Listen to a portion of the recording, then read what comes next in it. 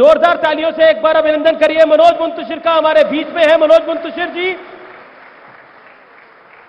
मनोज भाई, ये राम की कृपा है कि आपके गाने इस समय YouTube पर ट्रेंड कर रहे हैं, इंस्टाग्राम पे ट्रेंड कर रहे हैं। अगर कोई युवक रील लगाता है और गाना सर्च करता है कि किसका लगाना है, तो गाना मनोज मुंतशिर का आता है। गाने वाला कोई और हो सकता है, कभी जुबिन नौटियाल निकलता है, कभी विशाल मिश्रा निकलता है, लेकिन गीतकार आप आता है। ये तो राम की कृपा है।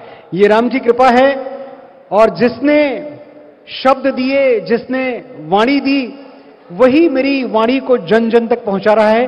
सबसे जो बड़ी कृपा है वो आप लोगों की है कि आप लोग सुन रहे हैं और आप लोग मुझे अपना आशीर्वाद दे रहे हैं। बहुत बहुत प्रणाम आपको। जय सिया राम। साधु संतों के बीच में आज बताइए, जो पहली पंक्ति है, एक से एक जिनको मैं सुन के बोलना सीखता हूं जी। अब आज मैं कह रहा था महंत जी से कि आज मैं बोलूंगा नहीं मंच से, आज मैं तुतलाऊंगा, क्योंकि बोलना तो गया।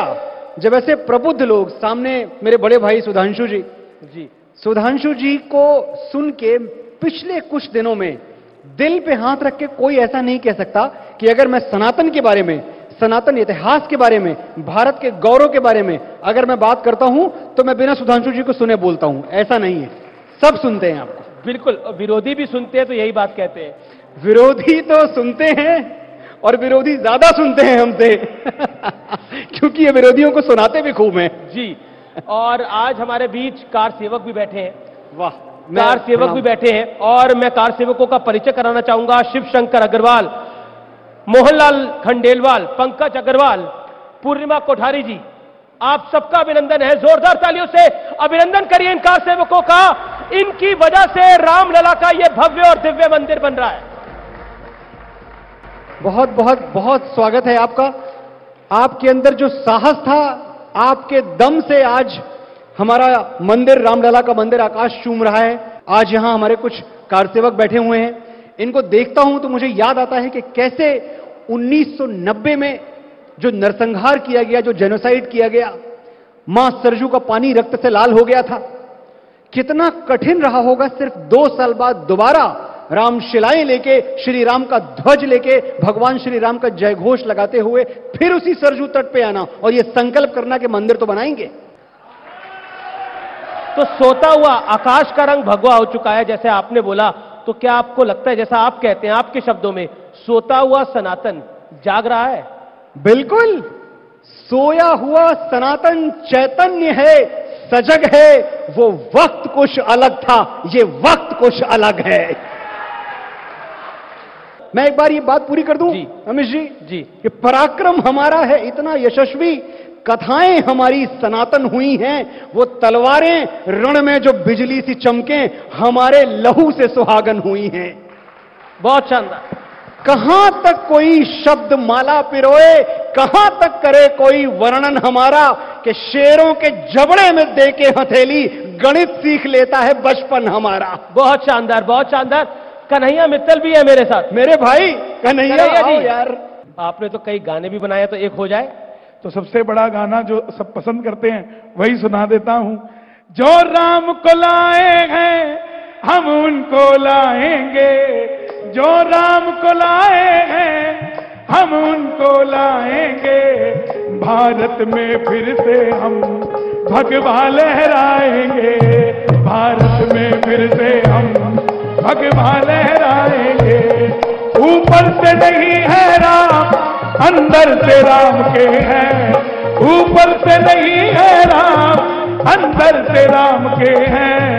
बस इसीलिए हम तो बंदे कमाल के हैं, इसीलिए हम तो बंदे कमाल के हैं। भगवा है चोला जिनका और राम की बात करे, भगवा है चोला जिनका और राम की बात करे।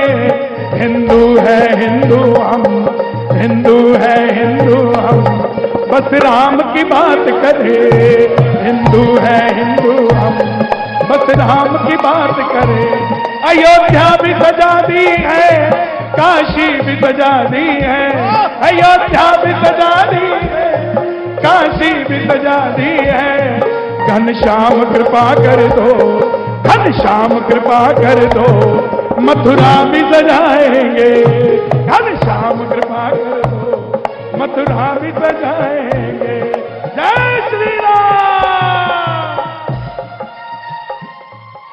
शब्दों के जादूगर जब बगल में खड़े हों तो आपकी जुबान भी तुतला जाती है, और मनोज भैया बगल में खड़े और हम कुछ अपनी लेखनी सुनाएं तो वो उचित नहीं है, और सूर्य को दीपक दिखाने समान है। नहीं, क्या मैं क्षमा चाहूंगा, लोग बहुत प्यार करते हैं। बस इतना ही कहना चाहूंगा कि किसी भी राजनीति का शिकार ना हो, ये रामनीति का समय है।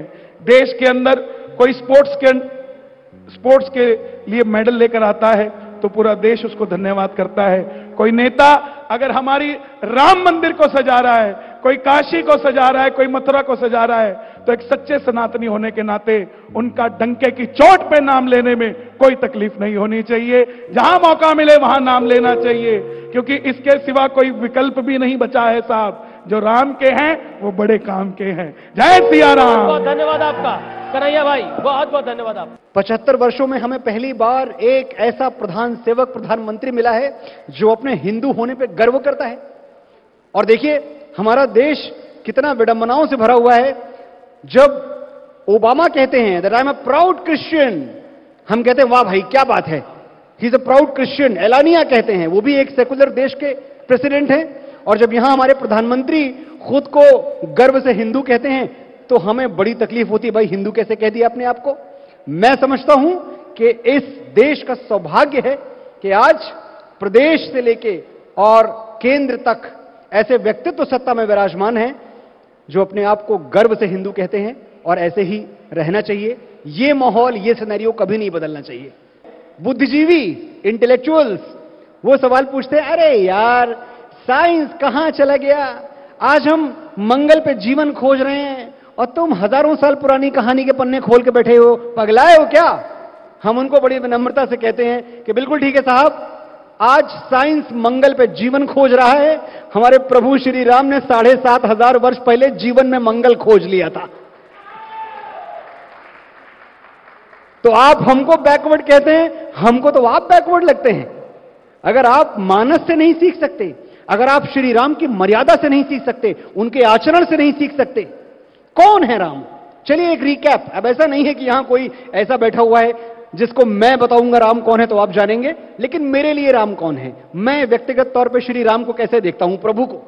मेरे लिए राम वो पुत्र हैं जो पिता की एक बात पर सिंहासन त्याग कर वनवासी हो जाते हैं। मेरे लिए श्री राम वो पति हैं जो सिंदूर की सौगंध निभाने के लिए भालुओं और वानरों की सेना लेकर संसार के सबसे बड़े शक्तिशाली असुर से टकरा जाते हैं। जी, मेरे लिए श्री राम वो भाई हैं जो मूर्छित पड़े लक्ष्मण के सिरहाने बैठ के मृत्यु को चुनौती दे देते हैं। आज या तो मेरा भाई आंखें खोलेगा या मैं भी